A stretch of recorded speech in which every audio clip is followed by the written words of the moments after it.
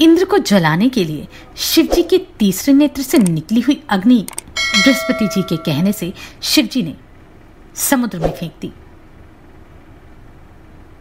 शिवजी का तेज कभी निष्फल नहीं हुआ।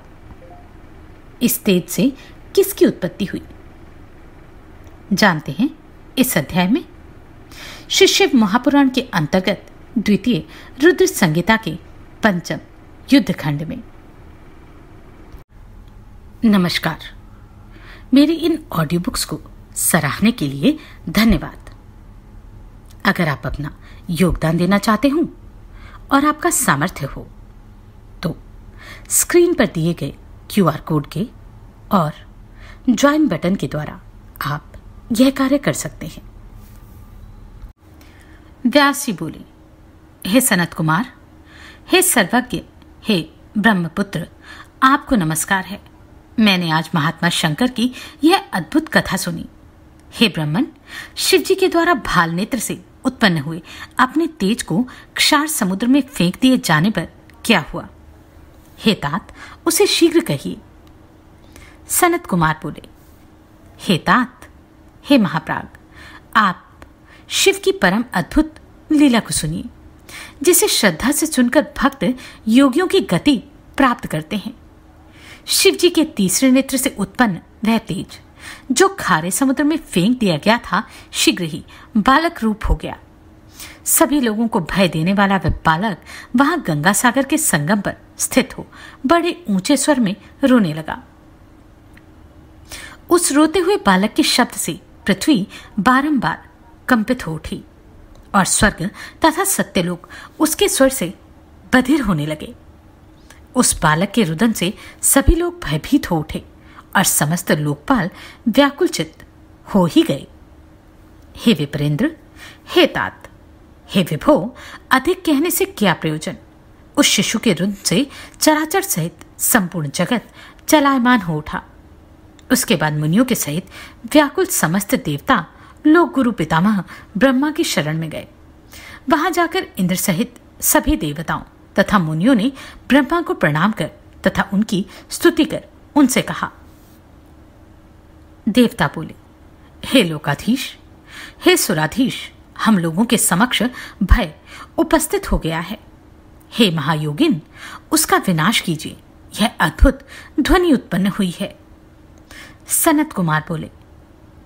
तब उनका यह वचन सुनकर लोक पितामह ब्रह्मा जी आश्चर्यचकित हो उठे कि यह क्या है और वहां जाने की इच्छा करने लगे।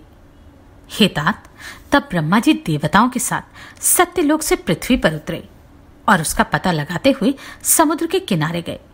सभी लोगों के पितामह ब्रह्मा ज्यों ही वहां आए त्यों ही उन्होंने समुद्र की गोद में उस बालक को देखा। ब्रह्मा को आया हुआ देखकर देवरूप धारण कर सागर ने सिर झुकाकर उन्हें प्रणाम करके उस बालक को उनकी गोद में डाल दिया। तदनंतर विस्मय में पड़े हुए ब्रह्मा जी ने समुद्र से ये वचन कहे, हे जलराशि, शीघ्र बताओ कि यह अद्भुत बालक किसका है? सनत कुमार बोले।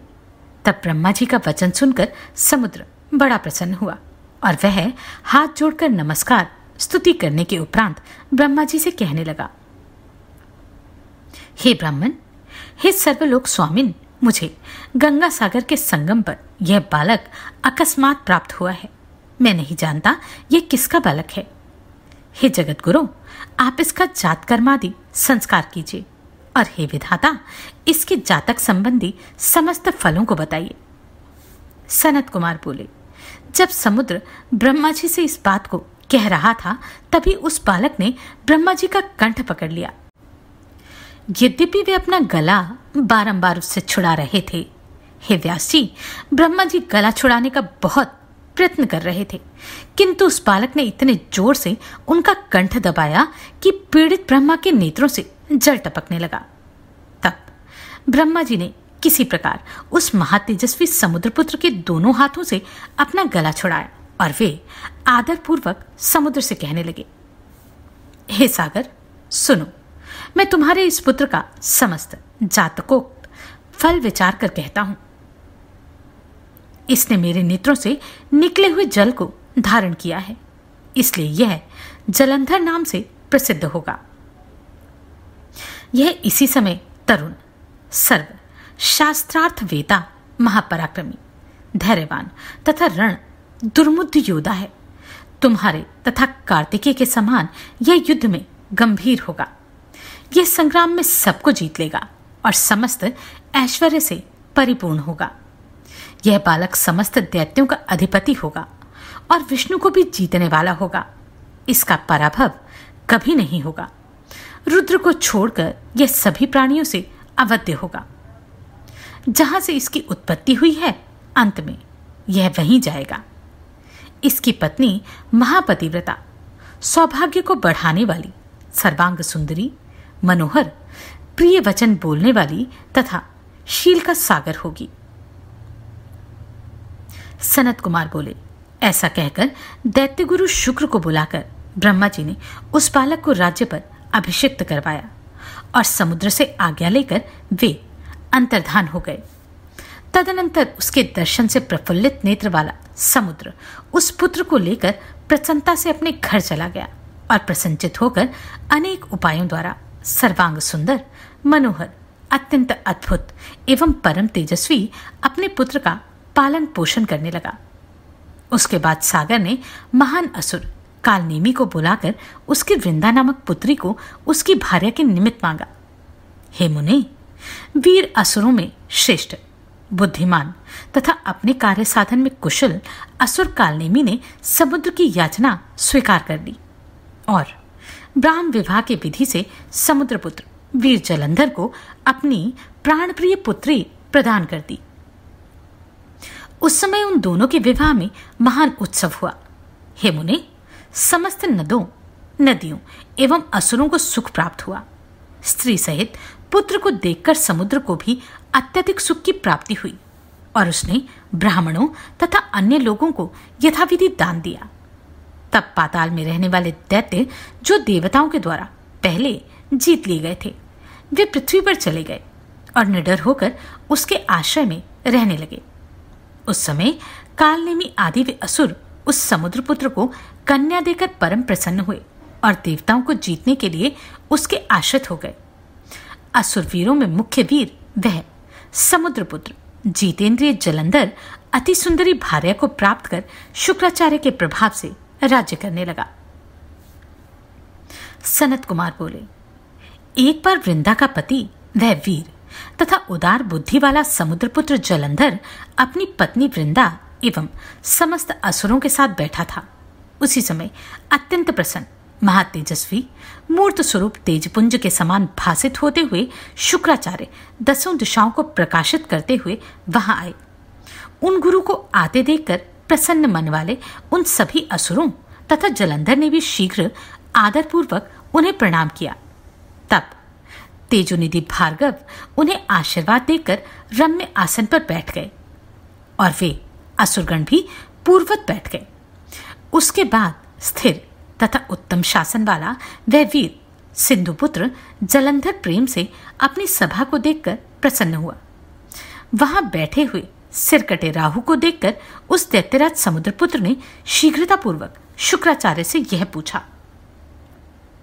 जालंधर बोला, हे प्रभु, हे गुरु, राहु के सिर को किसने काटा है?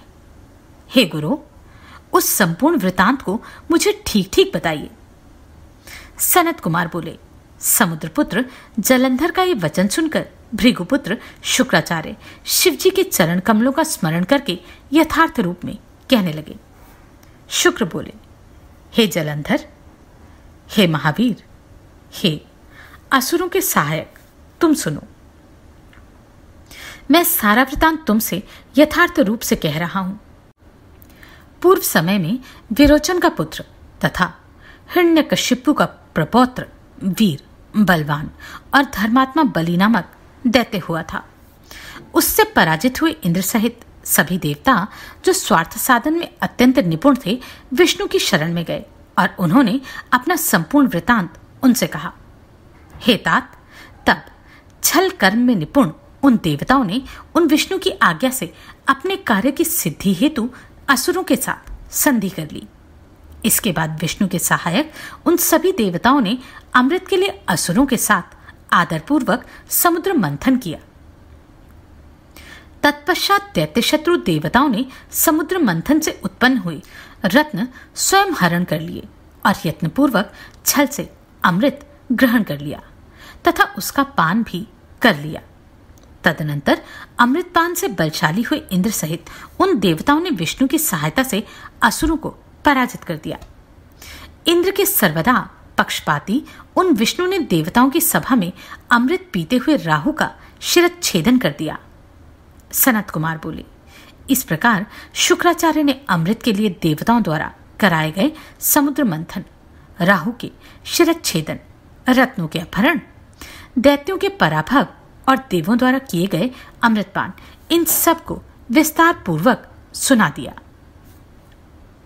तब अपने पिता समुद्र का मंथन सुनकर क्रोध के कारण रक्त नेत्रों वाले वह महावीर तथा महाप्रतापी समुद्रपुत्र जलंधर कुपित हो उठे।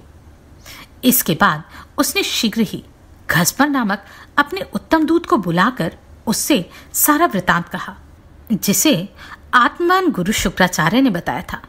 तत्पश्चात बहुत प्रकार से सम्मानित करके तथा अभय देकर अपने उस कुशल दूत को उसने प्रेम पूर्वक इंद्र के समीप भेजा। उस समुद्रपुत्र जलंधर का वह बुद्धिमान दूत घस्मर बड़ी शीघ्रता से सभी देवगणों से युक्त स्वर्गलोक को गया। वहां जाकर वह दूत शीघ्र ही सुधर्मा सभा में पहुंचकर बड़े अहंकार के साथ देवराज इंद्र से यह वचन कहने लगा। घस्मर बोला, समुद्रपुत्र जलंधर सभी देवताओं का अधिपति, महाप्रतापी एवं महावीर है तथा शुक्राचार्य उसके सहायक हैं। मैं उसी वीर का घस्मर नामक दूत हूं और वस्तुतः घस्मर भक्षक नहीं हूं। उसी वीर के द्वारा भेजे जाने पर मैं आपके पास आया हूं। सर्वत्र अप्रतिहत आज्ञा वाले महान बुद्धिमान तथा संपूर्ण देवताओं को जीतने वाले उस जलंधर ने जो कहा है उसे आप सुनिए। जलंधर बोला, हे देवाधम, तुमने किस कारण से पर्वत के द्वारा मेरे पिता समुद्र का मंथन किया और मेरे पिता के सारे रत्नों का अपहरण किया है? तुमने ये उचित नहीं किया। उन रत्नों को अभी शीघ्र लौटा दो और विचार करके देवताओं सहित मेरी शरण में आ जाओ, अन्यथा हे सुराधम, तुम्हारे समक्ष बहुत बड़ा भय उपस्थित होगा तथा तुम्हारा राज्य नष्ट भ्रष्ट हो जाएगा। मैं ये सत्य कह रहा हूं। सनत कुमार बोले, दूत की यह बात सुनकर देवराज इंद्र विस्मित हो गए और वे भय तथा रोष से युक्त हो उसे पूर्व वृतांत को याद करते हुए कहने लगे, हे दूत, मेरे भय से भागे हुए पर्वतों को तथा अन्य मेरे दानव शत्रुओं को पूर्वकाल में उस समुद्र ने शरण दी थी, इसलिए मैंने उसके सारे रत्नों का अपहरण कर लिया है। मेरा द्रोही सुख से नहीं रह सकता। मैं यह सत्य कह रहा हूं। पहले भी इसी सागर के शंख नामक मूर्ख पुत्र ने मुझसे विरोध किया था, इसलिए साधुओं ने उसे अपने साथ नहीं रखा। वह साधुओं का हिंसक और बड़ा पापी था। वह समुद्र में छिपा रहता था, अतः मेरे छोटे भाई विष्णु ने उसका संहार कर दिया। अतः हे दूत, तुम शीघ्र जाओ और इस समुद्रपुत्र से सागर मंथन का समस्त कारण ठीक ठीक कह दो। सनत कुमार बोले, इस प्रकार इंद्र के द्वारा विसर्जित किया गया वह महाबुद्धिमान दूत शीघ्र ही वहां पहुंचा जहां वीर जलंधर था। उस बुद्धिमान दूत ने इंद्र द्वारा कही गई सभी बातों को दैत्यराज जलंधर से कह दिया। इंद्र के वचन को सुनकर दैत्य के ओष्ठ क्रोध से फड़कने लगे और वह शीघ्र ही सभी देवताओं को जीतने की इच्छा से उद्योग करने लगा। उस दैत्येंद्र के उद्योग करते ही सभी दिशाओं से तथा पाताल से करोड़ों करोड़ दैत्य आकर उपस्थित हो गए। तत्पश्चात वह महावीर तथा प्रतापशाली समुद्रपुत्र जलंधर शुंभ निशुंभ आदि करोड़ों सेनापतियों के साथ देवताओं पर विजय करने के लिए निकल पड़ा। इस प्रकार अपनी संपूर्ण सेनाओं को साथ लेकर वह जलंधर शीघ्र ही स्वर्ग में पहुंच गया। उसने शंख बजाया तथा सभी वीर चारों ओर से गरजने लगे। इंद्रलोक पहुंचकर उस दैत्य ने संपूर्ण सेना के साथ सिंहनाद करते हुए नंदनवन में डेरा डाल दिया। नगर को चारों ओर से घेर कर स्थित उसकी बड़ी सेना को देखकर देवता कवच धारण कर युद्ध के लिए अमरावतीपुरी से निकल पड़े। इसके बाद देवों और दैत्यों की सेनाओं के बीच मूसल, परित, बाण, गदा, परशु एवं शक्तियों से युद्ध होने लगा। वे एक दूसरे की ओर दौड़ने लगे और एक दूसरे पर प्रहार करने लगे। थोड़ी ही देर में दोनों सेनाएं रुधिर से लथपथ हो गई। हाथी, घोड़े, रथ तथा पैदल सेनाओं के गिरने तथा गिराने से सारी रणभूमि संध्याकालीन बादलों के समान प्रतीत होने लगी। शुक्राचार्य अमृत संजीवनी विद्या के द्वारा अभिमंत्रित जल बिंदुओं से युद्ध में मरे हुए देवताओं को पुनः जलाने लगे। अंगिरा बृहस्पति भी द्रोण पर्वत से बारंबार दिव्य औषधियों को लाकर उनके द्वारा युद्ध में देवताओं को जलाने लगे। तब जलंधर ने देवताओं को पुनर्जीवित होते देखकर क्रोध में भरकर शुक्राचार्य से यह वचन कहा। जलंधर बोला, हे गुरु, मेरे द्वारा युद्ध में मारे गए देवता कैसे जीवित होते जा रहे हैं? मैंने तो सुन रखा है कि संजीवनी विद्या आपके अतिरिक्त और किसी के पास है ही नहीं। सनत कुमार बोले, सिंधुपुत्र की यह बात सुनकर गुरु शुक्राचार्य ने प्रसन्नचित होकर जलंधर से कहा।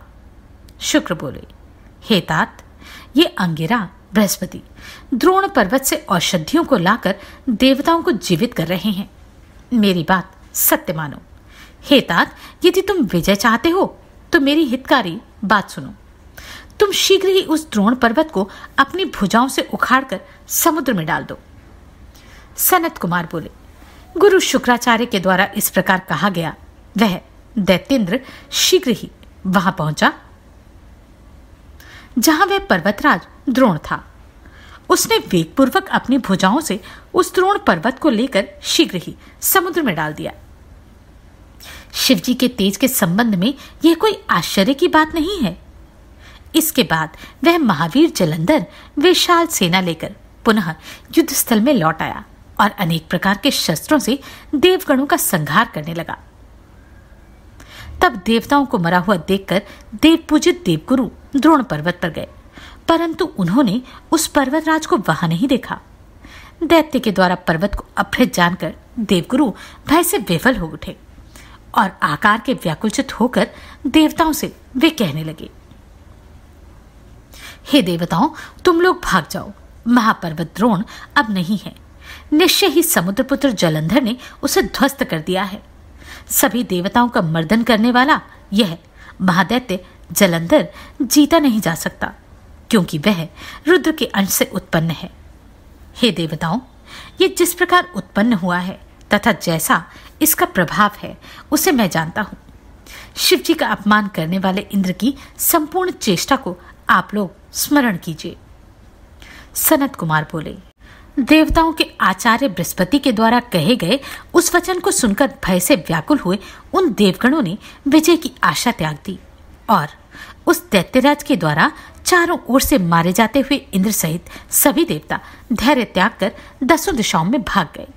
तब देवगणों को पलायित देखकर सागर पुत्र दैत्य जलंधर ने शंख, भेरी तथा जयध्वनि के साथ अमरावतीपुरी में प्रवेश किया। तब उस दैत्य की नगरी में प्रविष्ट होने पर इंद्र आदि देवता उस दैत्य से पीड़ित होकर सुमेरु पर्वत की गुफा में छिप गए। हे मुने, तब वह असुर इंद्रादि के सभी अधिकारियों पर श्रेष्ठ शुंभादि दैत्यों को भलीभांति पृथक पृथक नियुक्त कर स्वयं देवताओं को खोजते हुए मेरु पर्वत की गुफा में जा पहुंचा। तो शिवजी के तेज से उत्पन्न हुआ वह जलंधर कैसा था? क्या उसका देवताओं पर आक्रमण करना उचित था या केवल ये एक पुत्र का अपने पिता के प्रति प्रेम था? आप स्वयं निर्णय लें। जानते हैं आगे क्या हुआ अगले अध्याय में। आप सभी को कोटि कोटि साधुवाद। आपने इन वीडियोस को इतना प्रेम दिया। नमस्कार, मैं आभा शर्मा जावास। यदि आपको मेरा ये प्रयत्न सराहनीय लगा हो तो मुझे सब्सक्राइब करके प्रोत्साहित करें।